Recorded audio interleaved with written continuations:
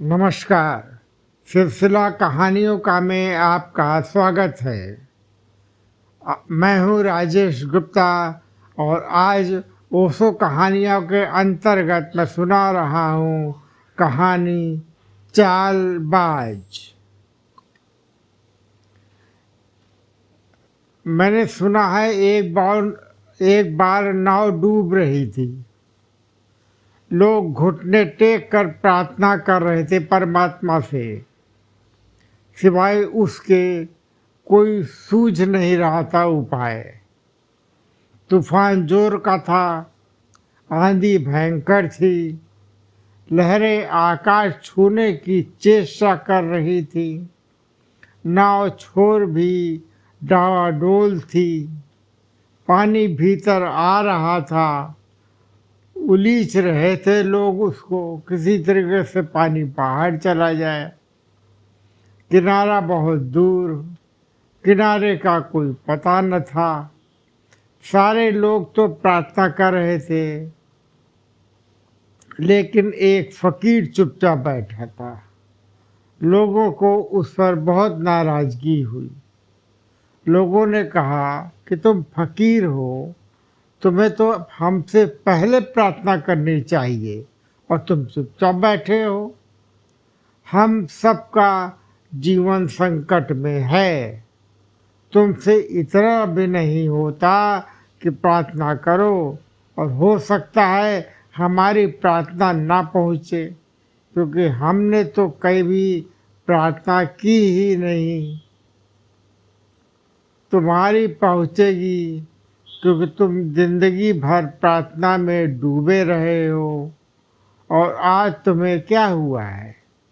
रोज हम तुम्हें देखते थे प्रार्थना करते हुए, सुबह दोपहर शाम। फकीर 5 दफा का नमाज पढ़ता था। आज तुम्हें क्या हुआ? आज तुम क्यों किंग कर्तव्य विमूढ़ मालूम होते हो? लेकिन फकीर हंसता रहा, नहीं की प्रार्थना, और तभी जोर से चिल्लाया कि रुको, क्योंकि लोग प्रार्थना कर रहे थे।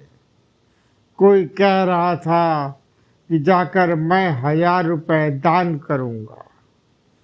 कोई कहता था कि मस्जिद को दे दूंगा। कोई कहता था चर्च को दान दे दूंगा। कोई कह रहा था मंदिर में प्रार्थना करूंगा। कोई कह रहा था मंदिर को दान दूंगा। कोई संन्यास ले लूंगा। सब छोड़कर बीच में फकीर एकदम से चिल्लाया कि संभलो, इन सब तरह की बातों ना करो।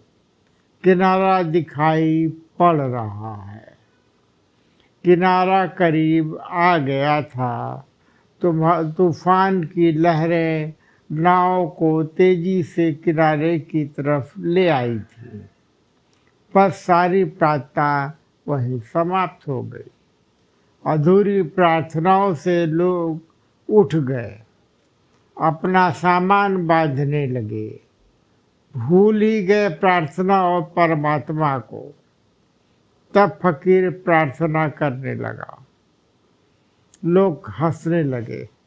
उन्होंने कहा, तुम भी एक पागल मालूम होते हो। अब क्या प्रार्थना कर रहे हो? अब तो किनारे करीब आ गया। उस फकीर ने कहा कि मैंने सद्गुरुओं से सुना है, नावें मझधार में नहीं डूबती, किनारे पर डूबती हैं। मैंने सद्गुरुओं से सुना है कि मझधार में तो लोग सचेत होते हैं, सावधान होते हैं, किनारों पर आकर बेहोश हो जाते हैं। मैंने सद्गुरुओं से सुना है कि मझधार में लोग प्रार्थनाएं करते हैं, परमात्मा को पुकारते हैं, किनारा करीब देखते ही परमात्मा को भूल जाते हैं। फिर कौन फिक्र करता है? जब किनारा ही करीब आ जाए तो कौन परमात्मा की फिक्र करता है। चालबाज तो ऐसे है, बेईमान तो ऐसे है कि जिसका कोई हिसाब ही नहीं है।